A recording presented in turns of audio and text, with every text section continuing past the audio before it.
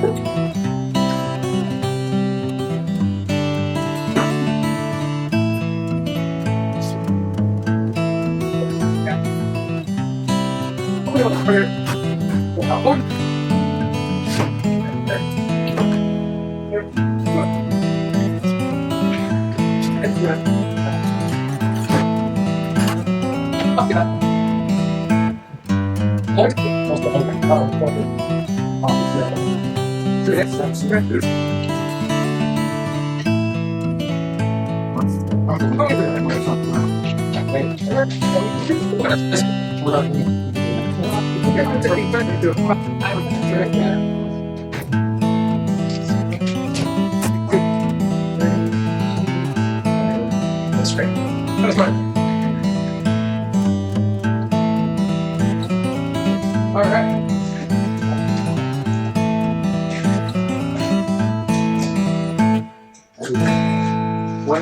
What are we doing today, Matt? Yeah, I'm Matt, and you're Tom. I'm Tom.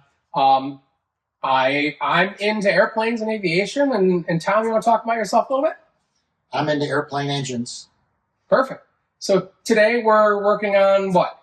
This is a Continental C90, very highly sought after for guys with the legacy airplanes like a Piper Cub, an Aeronca Champ, a Luscombe. Guys in the float planes in Canada love the little C90 on their light airplanes.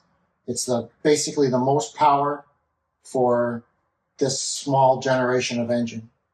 So what we're looking at is, obviously, if this is a full engine, you'd have cylinders coming out of these holes. The cylinders and there'd be magnetos on the back. So what do you call just this portion of it? What's commonly referred to as? I just call it the lower end. All right, cool. Yeah. So today we're going to tear it down and overhaul it. Sounds great. So today's the teardown. Absolutely. So I hope you guys enjoy this, and let's get started. We'll get to it. Thanks. First, they make it, and then you got to take the rest of them off.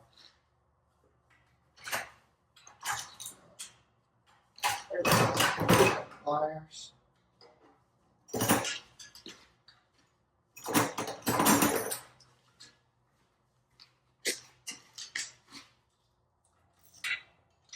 This is like just the angle that it. There's an amount of rust under this paint. This is a better row. Is this lipstick out there? This is a better height, isn't it? Yes. This one only fits Continental engines, though. So we're using this tub as our screw holder. We're use this stand.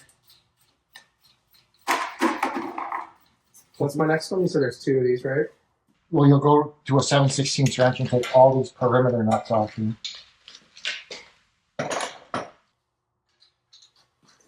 To build an airplane of his own design called a tater bug. Tater bug? That's what he decided to call That's it? what he named it, yeah. Tater bug. Yeah. And it was in the EAA museum. And it was back in Hales Corners. Where's that? It's just like a suburb of Milwaukee because okay. So the EAA wasn't always out of Oshkosh? It was originally out of Hales Corners. Okay. And then it kind of got moved to Oshkosh. Steve Wittman was behind the moving it to Oshkosh because he was based out of Oshkosh. And then the field became eventually named after him? They couldn't just as easily move to Rockford because the first fly-ins for the EAA were in Rockford. So then, was Wittman Field just named after him because he just put so much work into the EAA and having it and everything? And it was just like an honor thing, or? Yeah, they honored him with it, which was kind of a cool thing. He was like a living legacy at that airport for a long time. So did he like put the effort in moving it there and then move there himself? No, he was there first. Okay. That's where he was based out of, was Oshkosh. He used to race airplanes like back in the 30s. Mm-hmm. So one of his airplanes was Miss Oshkosh, you know. Am I doing this as efficiently as possible? Yeah, it's just doing these forever, right? Yeah, it takes a long time. But yeah, the first the first fly-ins, EAA fly-ins, were at Rockford. And then they always had the aerobatic contest in conjunction with the fly-in, right? At the same place at the same time? No. Oh. They were at Daisy. Oh, really? Yeah. So, like, but Daisy's not like a huge place. When they were doing aerobatics, well, I guess you don't need like a huge box like you do at the air races. Back in the, not too long ago, they were doing the aerobatic contest at Takeoff. So where do they do that now? I don't really hear about it. They don't do it. But it's not done anywhere. Not in conjunction with Oshkosh. See the they used to have like the championship, of that. And now I just don't see anything about it online. Because it used to be really convenient for the performers because they would go to Oshkosh. Every aviation addict would go to Oshkosh, and then they would just do the contest. Mm-hmm. And it was kind of like bragging rights. People would come from all over to win either Daisy back in the day or Fond du Lac. You said it too. Well, Daisy was when it was in Rockford. So was it always called Daisy Field at that time? Yeah. Okay. It's always been Daisy. Maybe I couldn't. John Daisy. Which is kind of funny because it was originally his family's farm. Oh, and then they just made it into an airport, so they got rid of the farm entirely. Well, there was airplanes there first, and then eventually it became an airport.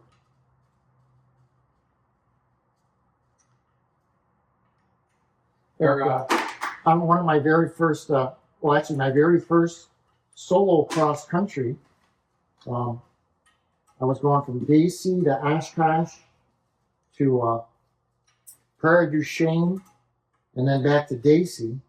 Mm-hmm. And when I called the tower at Oshkosh to come in and land, they asked me where I wanted to go on the airport, and I'm like, well, I'm a student pilot on a solo cross country. Mm-hmm. I says, I just need to go somewhere where somebody can sign my logbook. So they gave me. Oh, so that's required? Because like mine, they just sent me around, and I just was like, here I went. No, back then you had to have somebody sign each leg. Oh, really? Okay. So they sent me over to this, kind of like a smaller FBO, like on the north side of the airport. Yeah. And they said, there'll be a. Well, how old were you at this point? Teenager, I think. Okay. So late teens. And they sent me over, and there was an old guy sitting there, and he signed my logbook, and he wrote a little note in there that I arrived solo. Mm-hmm. It didn't take until like years and years later that I found out, looked at my book and paid attention. Mm-hmm. It was Steve Wittman. Oh, really? Yeah, so Steve Wittman's signature's in my logbook. That's really cool. I thought it was pretty cool. Yeah. And they set me all up just so that it would be cool. Yes. Now. Yeah. And I, as a young kid, you didn't know. You don't know anything. Like you don't care. I was just happy to get that part done, right? Do I need to go crazy on prying these washers off right now, or Yes. I got a little magnet if you want to pull on them, poke at them. That could help.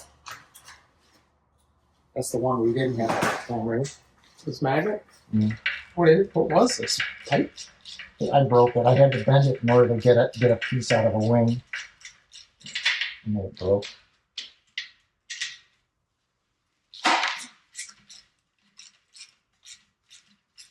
But I got to hear a lot of early Steve Wittman stories from Mert Taylor.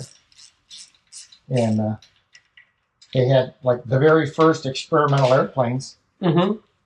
They were day VFR only. You couldn't fly them at night.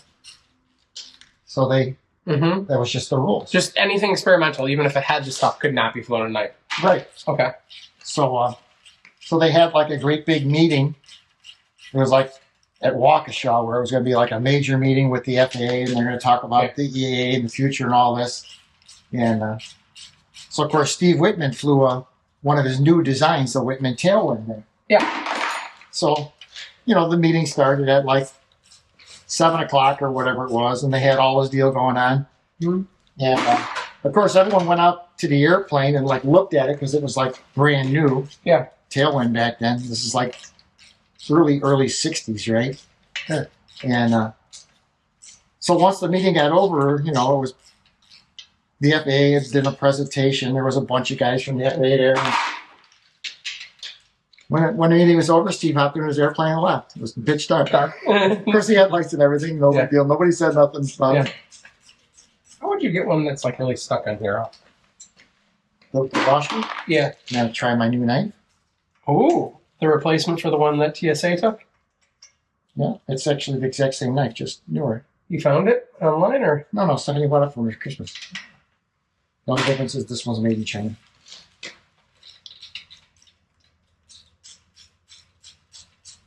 Got to use the hell out of that today. I'm not trying to break this. Why is this so stuck on here? Oh. I'm going to hold off and let you poke at that one. I don't want to break your knife. I'll have to have my bigger wrenches with me. Get some bigger wrenches for like this size. Yeah. What do you want? Or a present wrench. No, I got the fuse. What do you want? What size? This is going to be a 1-inch. That's going to be like 15/16, I think. And I think that's 1 inch and a 16th. I could be wrong, but we'll be careful. I got some big sockets too. You want to use sockets? Well, we got the 1 inch here. All right. That knocked that loose right away.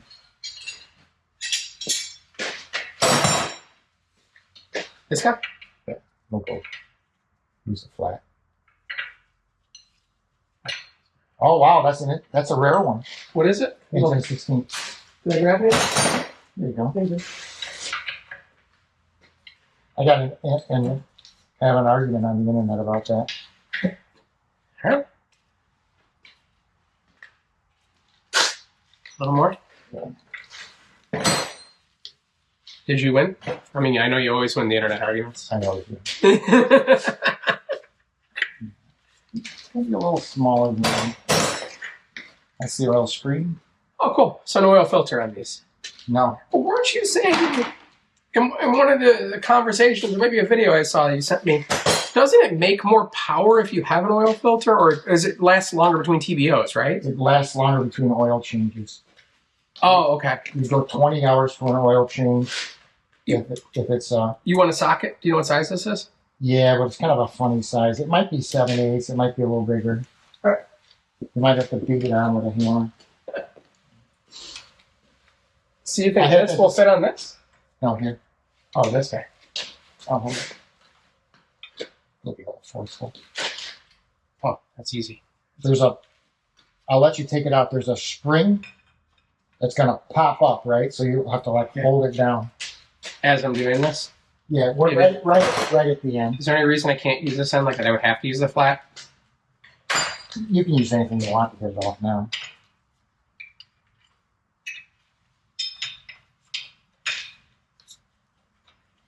See how this wobbles like that? The head of it? No, the whole thing goes, instead of being perfectly straight, it moves around. Yeah. That means it came off an airplane that went on by his nose and it stuck the carburetor through the oil tank. Oh, so this... So it's bent. So it's not straight anymore? This flange is bent. Or No, that is. This is bent. Okay. So Yeah. it's like, there's no way this can bend. How much force is this going to kick you with?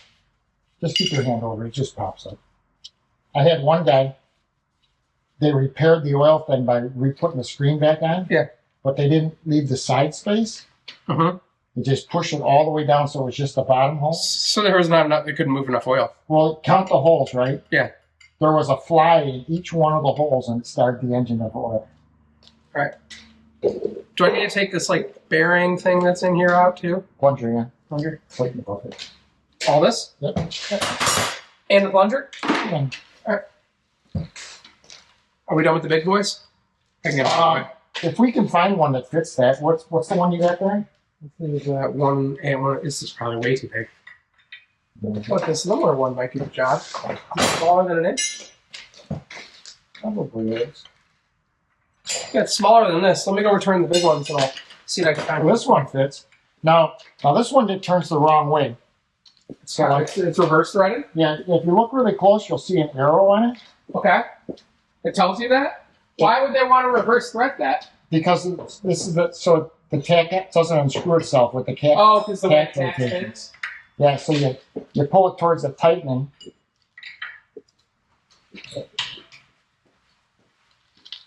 We'll leave that part on it. You'll just need to break it I'm loose. missing one big wrench. I don't know where I put it. Oh, you got that? Okay.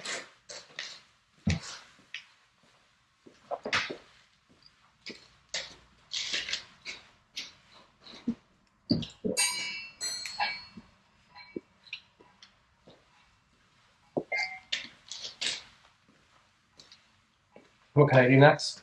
Let you go for these 7/16 or whatever. 7/16s on the ratchet. That's right there. Should work really good for you. All right.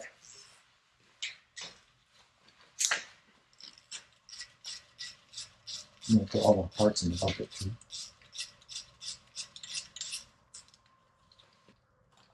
Two washers on each one of these. I actually know the guy that built this.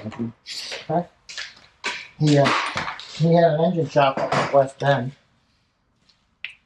He did good work. And why do these have two washers on them? Is one a lock? A lock washer and a plain washer. And then why does one of these have three? Well, that happens. But it doesn't make sense, right? You No. would think a lock washer would just be under the nut, Yeah. but that's just how they do it. This isn't three. It's just looks a little thicker. All right. Those. What else can I work on? This. These have to come up. Yeah, all these, the three. You know what size these are? Okay? Well, these are the same thing, 7/16s. Oh, you got a half-inch there. Oh, because these are bigger. Yeah, these, and then over there. All right. What are those? And then these. Is that valve? Is this where the valves come out? Yeah, the push rods go in here, Okay. and then Sorry, push rods. Yeah. and then it goes up in the rocker arm, and then it operates the valve. Yeah. Okay.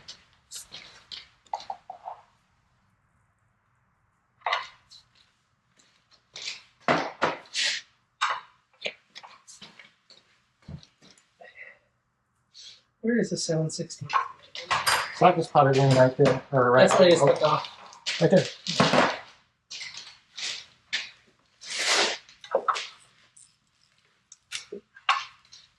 I like that one of your skills is you can look at any tool and know exactly what size it is, versus me where I'm like, oh, I don't know, it's one of these.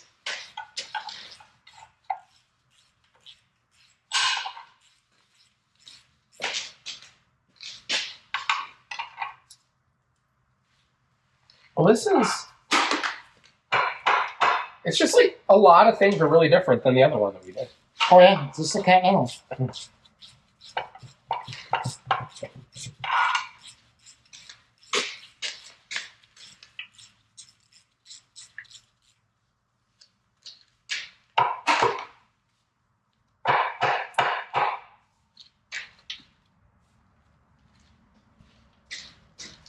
So I guess we're going to go full circle and do some actual builds at this point, right? Well, sure.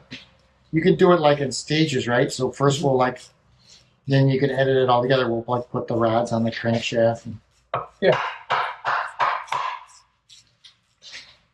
Is most of the other stuff things you'd want to do in that game, or? We could probably do some of it here. Yeah. I'm okay with whatever. Just kind of.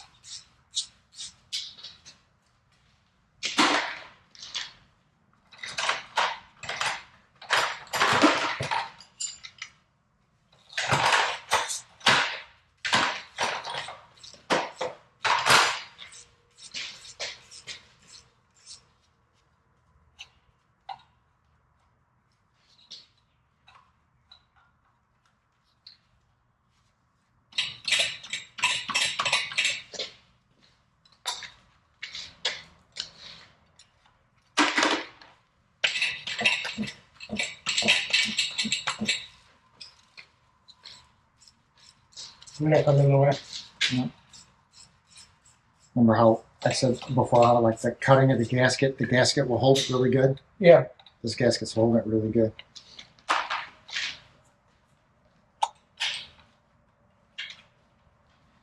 This appears to have been built a long time ago. Right. Like, there's just a lot of general corrosion around here. Not corrosion. It's been sitting like completely uncovered for decades, really. So, is any of that bad enough to make it that you'd have to necessarily overhaul a part, or? Well, you'll notice, I know, like I said, I know the guy that built this, and he did like really good work. Yeah. And pickled it and everything. Well, like probably everything in it's brand new, right? Okay. Everything is like brand new. Looking really nice. Yeah. Yeah. This is probably brand new. That's new. That's new. The crankshaft is new. The cam is probably brand new. But see, back then you could buy the stuff new.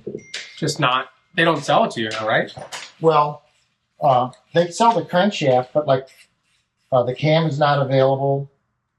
Like, will we eventually just run out of parts, or how does that work? Or are they making new versions of these? For this series, this is configured like a -8. Yeah. No starter. Like, will the FAA ever just be like, all right, well, like, I see that, like, you know, there's no way to make this engine work this plane anymore. Like, okay, like a lot of antique planes, they just make their own parts, right? Well, that's a new thing with the FAA right now. Will they allow you to make parts? Yeah. It used to be, you know, you had to use like original parts, but now a lot of these airplanes, you know, they don't have made parts for them in 50 years. Yeah. So now it's a whole new thing called owner-produced parts. But it has to be owner-produced. Yeah. Not like mechanic-produced? Well, no, the owner can hire somebody, but that's the basic premise is that the owner and it can still be a certified airplane. And then what happens is the owner produces it, and then the mechanic approves it and installs it. But it doesn't like change the certification of the plane. No. But you have to do some paperwork. You know, let's say a wing's not available for an airplane. Well, if you make a wing, and then that's an owner-produced part, or just a part of the wing. Yeah. And then you document it with the paperwork that's an owner-produced part. And then it's still, the airplane's still the same, right? Do you bear any responsibility of being like, I attempted to find the original part, I just can't find it? Like, why wouldn't some people just go like the easy route and do owner-produced sometimes? Well, it has to be not available. Oh, even if it's not like priced out and reasonable? Even if it's really, really expensive, it has to be not available. Okay, that makes more sense. Yeah. Which is how I got the approval to put the 85 cylinders on the 65 in the first place. But then they ended up taking it away from me because they became available again. Well, yeah, they started making them again. Not the 65 cylinders, the 85 cylinders, but a guy had an STC. And then the premise was to kind of get around his STC, not having to pay him. Thing.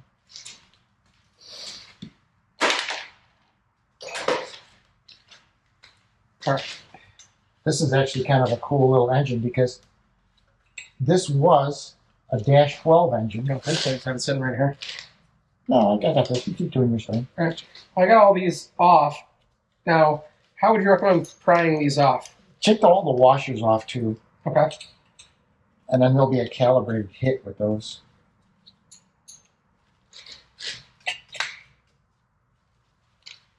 Yeah, this was a -12 engine that was converted to a -8.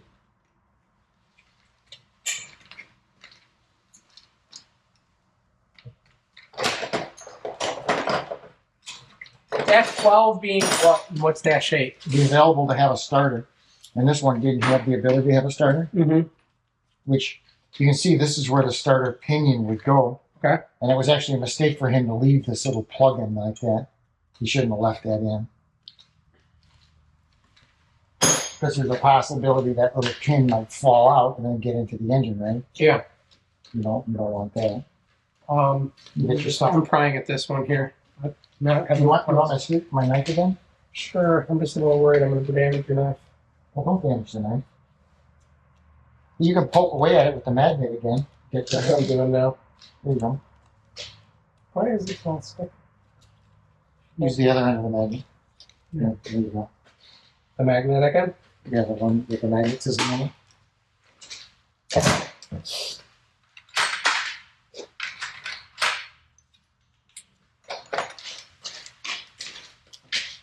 Yeah, there's actually an STC to do this, to use that -12 case on a -8 engine. And I've used that STC before. because the Dash 12 case is actually a stronger case than a Dash 8. Just the casting or the... Yeah, it's a little more robust. Alright, I can give you an iPad. But see, they modified this Dash 12 case to be a Dash 8. Mm-hmm. So nowadays, the Dash 12 engine is worth way more than the Dash 8. So they ruined its value, right? Okay. Yeah. All right. You want to go for these two next? Got it. And then we're going to take the spider off. And now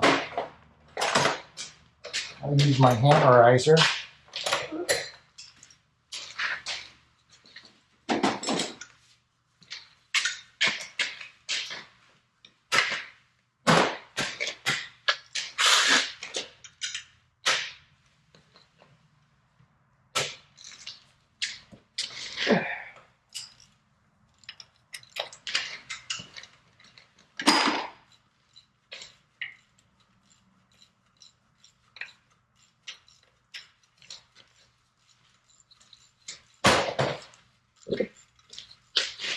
Yeah, this engine actually came for sale out of the guy's shop after he died. Mm-hmm. The builder. Yeah. I don't know if this was a particular customer's engine or if he's building it for speculation or what the deal was. Mm-hmm. But, yeah, no. When parts come available at a reasonable price, he just buys them, right? So where is this going to go? Yeah, what's this going? It's going to go to Cub, right? Yeah.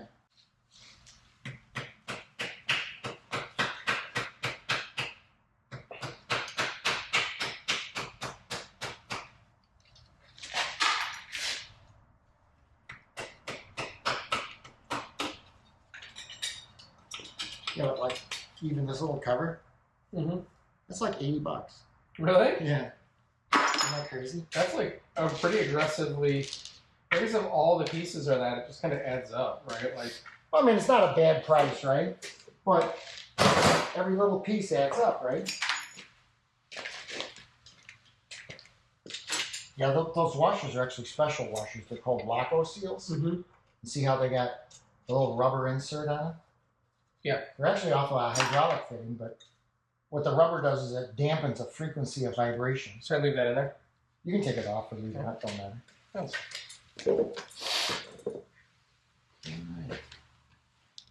What do I do now? You can take these. I already broke these bolts loose. You can Yeah. take them off, and then I'll pop the can or gears off, and then The bolts go in the tub? in the bucket. You know. I'm gonna start taking.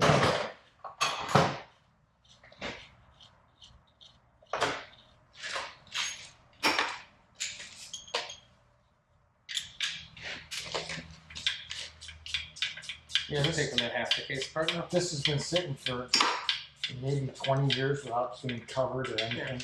Quarter of a century. But the deal is this crankshaft, when it was put in this engine, probably cost $2,600. Okay. And now it's. A friend of mine just sold one the other day for $12,000. But this one's brand new. A friend of mine had a brand new in the box. I'm like, holy crapola. Yeah, remember that trip I went to North Carolina? Yeah. And I brought back a crank. He's out now? Yeah, it'll take a process. Alright.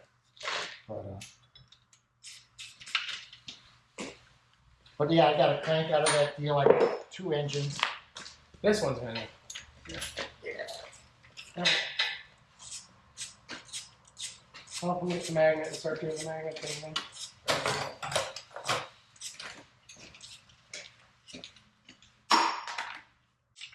I put it in the lathe. I spun it around, make sure the flange was good.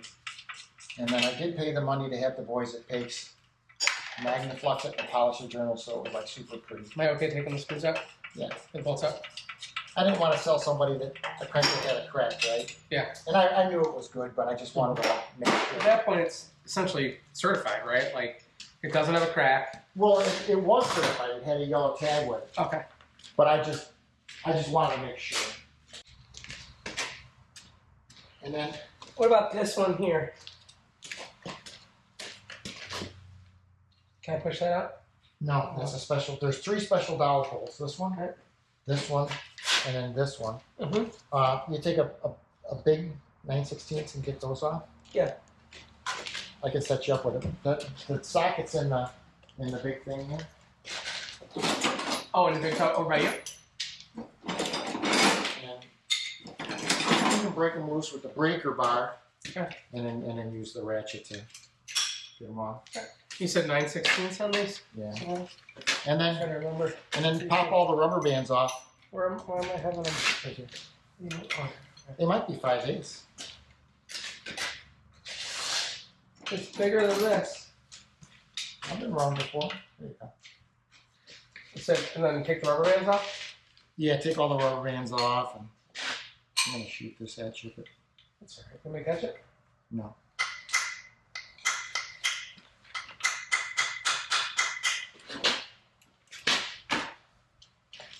Got my big punch with me. My big bent punch. And you said just these two, or are there more on the other side? Well, there's the two in the front there. Yeah. And then underneath the rubber bands on this side, you'll use this other socket and take those off. Okay. Just on that side. All right. And these can go in the bucket too? Yep.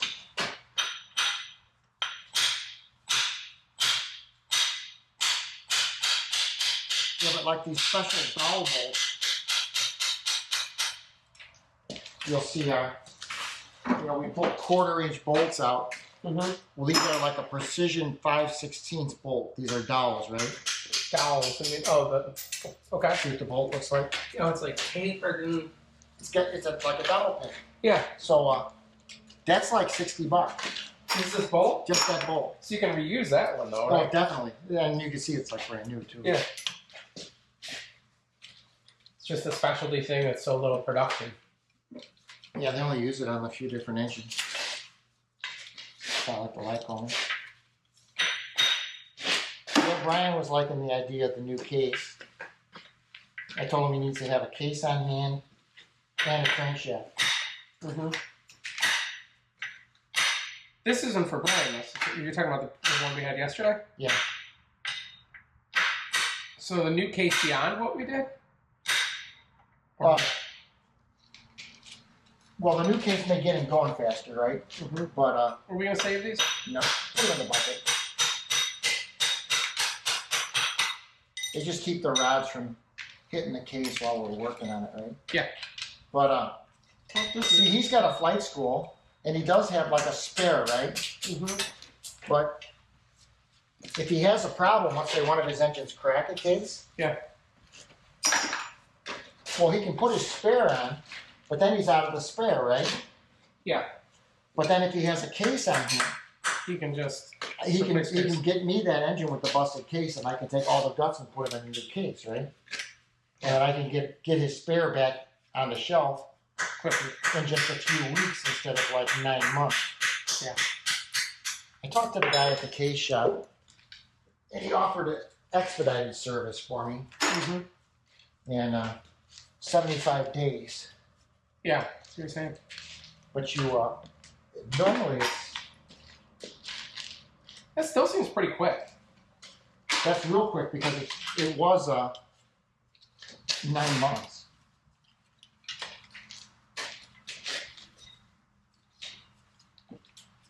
I wonder, like, what factors changed? Less Well, people the, are doing them? the expedited service should pay for it. You just put to the front of the line.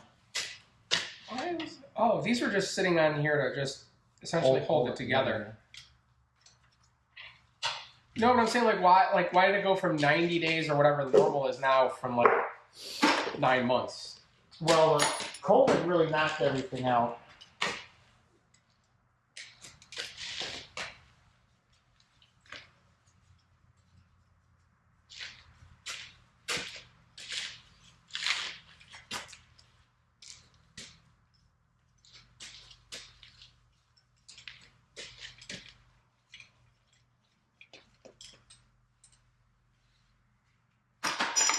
Yeah, normally on a dash 12 it has 2 ears sticking up here, and there's a slit right there to put that big screwdriver, and you just pry it apart, right? Mm-hmm. Nothing here. But we don't have that there. So what do we do to We're crack it? going to have to interpolate, as I say. We'll see how bad it goes.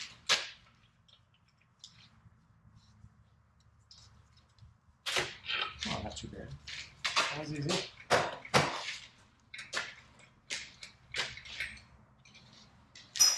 Yeah, and this one, instead of those studs going all the way through the engine, they're angled on one side, right? Yeah. All right, then we'll do the same thing as we did last time. Maybe you stand over here and push on it. Okay. Let me see if I can get that cover off real quick. Cover being the this logo? Yeah, it's just easier to work on it right here than it is.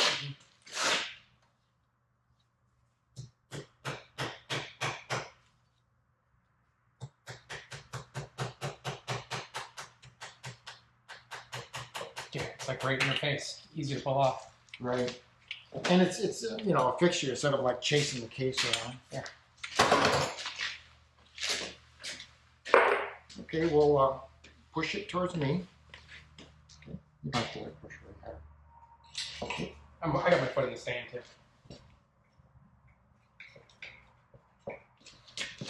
Wait. There, yeah. So I'm just holding it again. All right. Those are the extra pieces.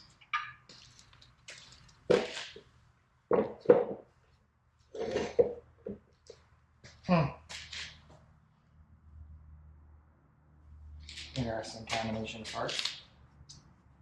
Okay. Yeah, this thing is like $900. Just the camshaft? Just the camshaft, yeah. I thought, the drive shaft is the one that's really expensive. Well, that's expensive too. No, the crankshaft is, yeah, all the parts for this, the C90 spec motor. Yeah. All right, and I'll have you walk this one back, but just kind of slowly, like. Oh, wait a second, the seal's holding.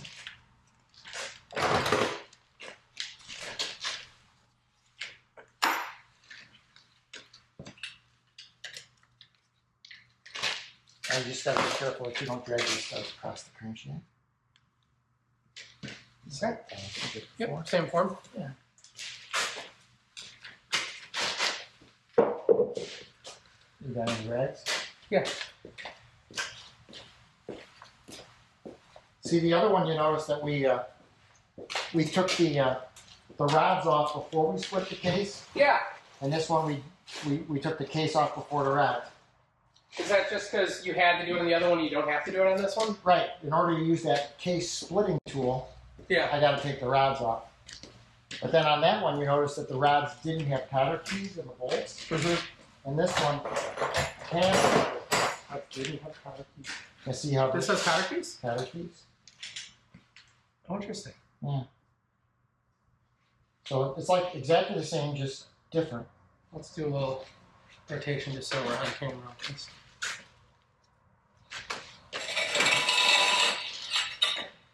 You gonna work this one? Just getting rid of all the cotter keys? Yeah.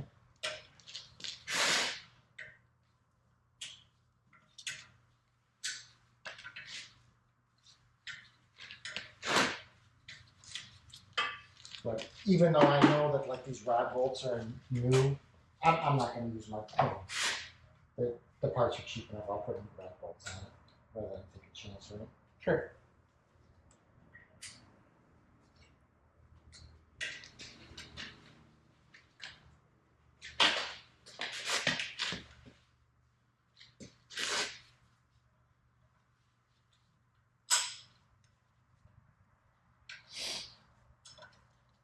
You know how the engines have like a rated life, right? Mm-hmm. So this engine, all these little Continentals are $1,800. Okay. They never make it that long. Usually they don't, right? Mm-hmm. So Steve, uses his Cubs a lot, Mm-hmm. and he's had like basically like all the known builder guys build an engine, right? Mm-hmm. So none of the engines have made $1,800. Okay. They're always kaput before that. Yeah. He's got one of mine on there. It's got like 2,400 on it. It's still going there. I'm like, well, you might want to think about pulling that one. He goes, yeah. What's his sign of pulling it? Just when he starts replacing too many parts? Well, typically the cylinders go bad, right? Yeah, you fail compression, right? Yeah, but even on that one, the cylinders haven't gone bad yet. But once the cylinders start going bad, well, then usually the bottom end starts giving up and the low oil pressures. So how much credit's he giving you? He doesn't have anyone do any more engines except me. Oh, really? There's a reason why There's a reason why. It's not a coincidence. 6 of his engines are in the hangar, right? What do you mean by 6? Like there's 6 bad ones that are... No, there's like enough to build 6 engines in the hangar. Of parts, just because he's gone through so much shit.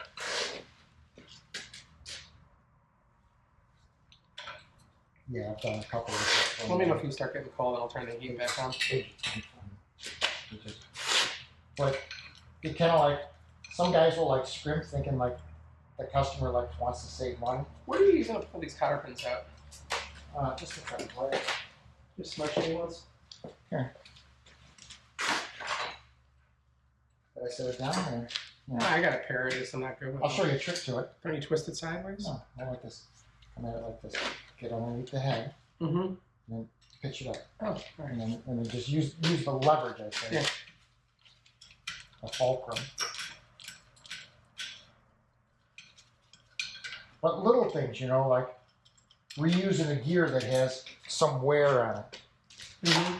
So yeah, it'll be fine, but it won't go. Did you already pull all the others except for the one that I was farting with? Probably. I brought my brass hammer this time. What do you want me to do? You gotta tap them with the brass hammer.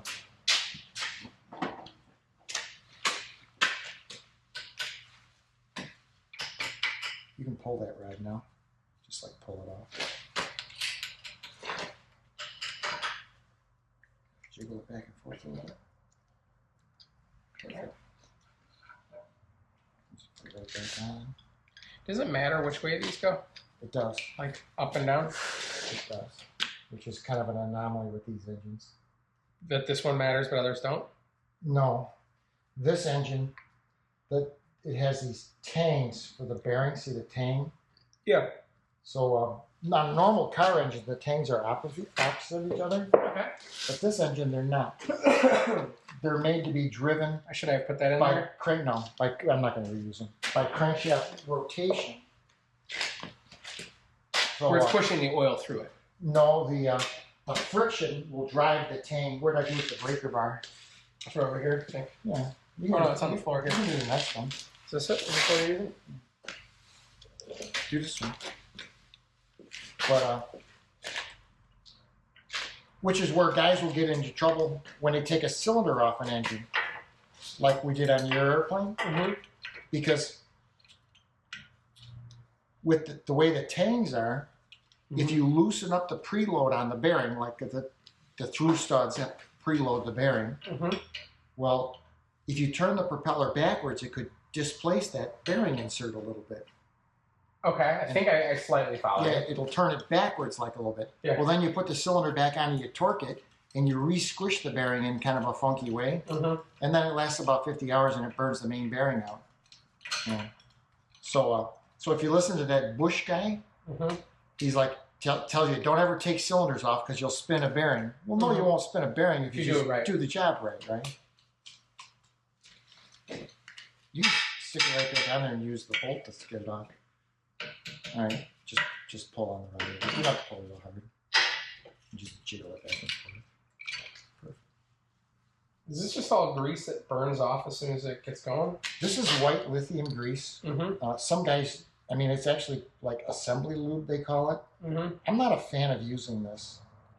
And it's technically not an approved lubricant by Continental. Okay. And the reason is it dries out.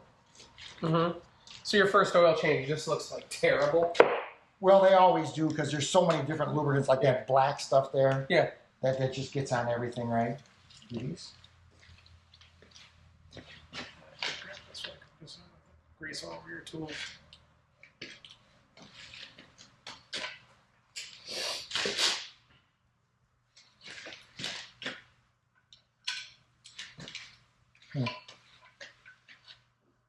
I can actually figure out the date this engine was done by that. Yeah, by that number. It's so hard to read that. Right. I'll clean it up. But this is done by Aircraft Specialties, and we have records. So you'll know when that was made, but That could have been sitting on the shelf for a long time. That was reconditioned. It wasn't made. Oh, so then you know exactly when it was done, and he probably pretty quickly. If you're paying to have something reconditioned, it's not going to be sitting around. Right. I mean, I have parts like that just because it happens, right? Mm-hmm. And sometimes I do that for speculation. But a bigger shop, they're just going to put it right. At least you'll have a general time frame, right? We don't have to say that. You're going to use those again? Yeah, they'll end up in the bucket. Well, we're using to hold these together at least.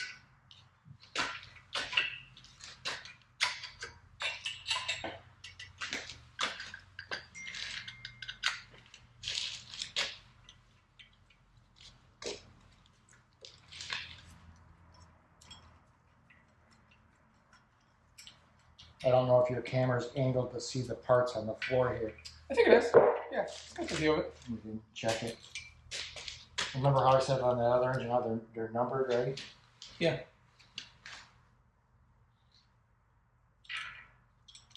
And then a C90 and an 0200 use the same crankshaft and the same connecting rods.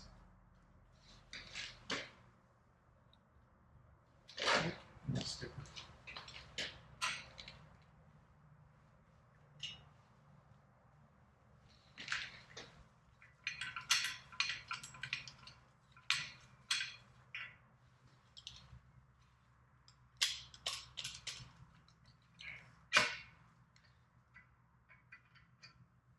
Let's back that here for 1 second just to get it off of there.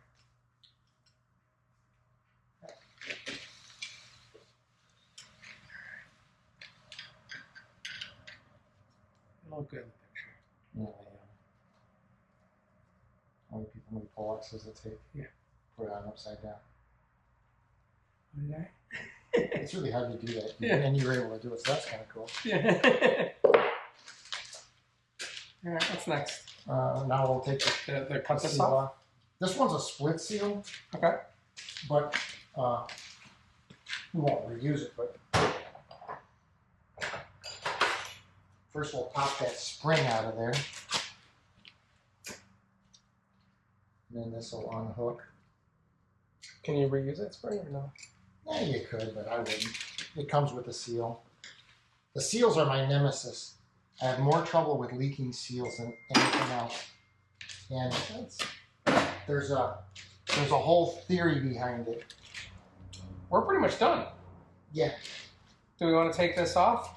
Yeah. Just we'll take it off the stand just so that. Do you want to wrap it in towels or? No, we'll just throw it in the back of it. We'll throw it on the board for now, and then we'll put it on the board just so we finish the camera. This all fit on one board. Well, if you do the whole engine right, Mm-hmm. you can put them on these two boards. The whole, Oh, the all the cylinders. cylinders, the mags, everything. But we don't know, this thing has been sitting so long. If it had moisture on the journals or something, it might be rusted. Yeah. I mean, it's kind of a poor economy just to reuse it without, like, actually inspecting it. Sure. But You want to hold this? if I was to put this crankshaft up for sale today, Yeah. it would sell tomorrow for $12,000. That's crazy. And it's new, right? Or is this? It's brand new. Even without any paperwork or documentation. I'll just steady it so it doesn't fall. Yeah. I'll just put it in the bucket. Cool stand though, isn't it? Mm-hmm. Seems like there's one left. Oh. No, that's it. You can pick it right up and set it on the cardboard or on the. Where should I put it? Next to that. You want to move the oil?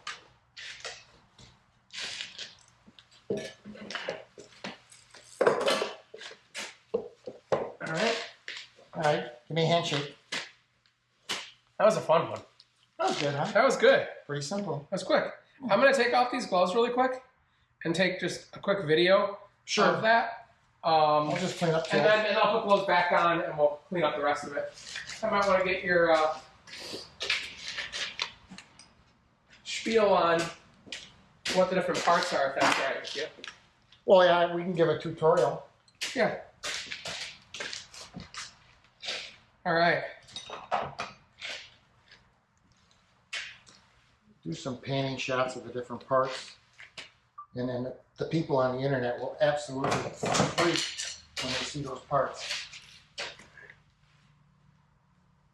They'll be like, they took apart a brand new engine. It was brand new. Why did they take it apart?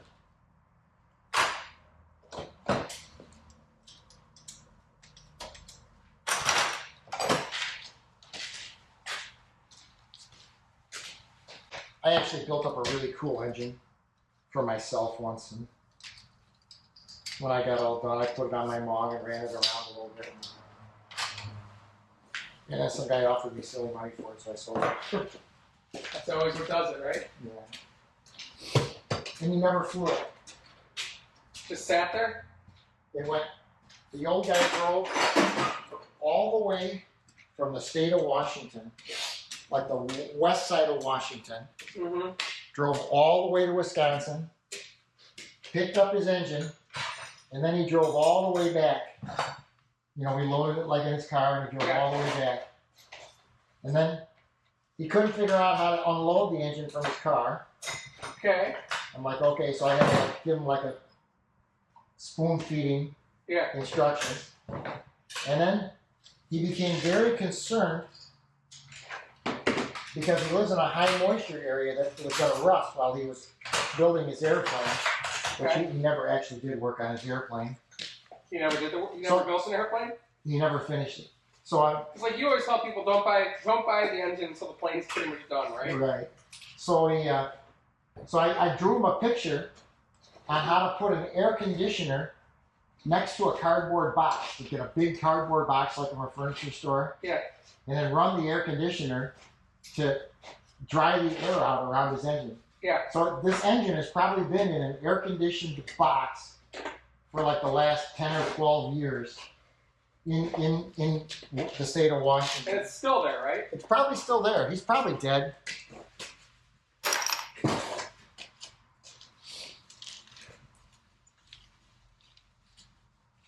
Alright. I'm pretty much done, so if you want to... Put stuff in the car? Well, if you want to, I'll tell you what all the parts are. Oh, cool. 1 second. I don't know how long we took, but it wasn't very long.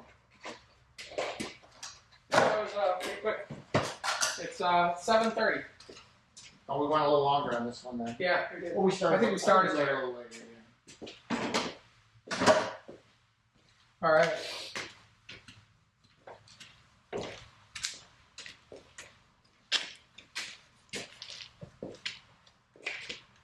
All right. Back it over here. All right, you ready? Hello, I'm Tom, and I'm going to tell you about a little Continental C90. This is the crankshaft.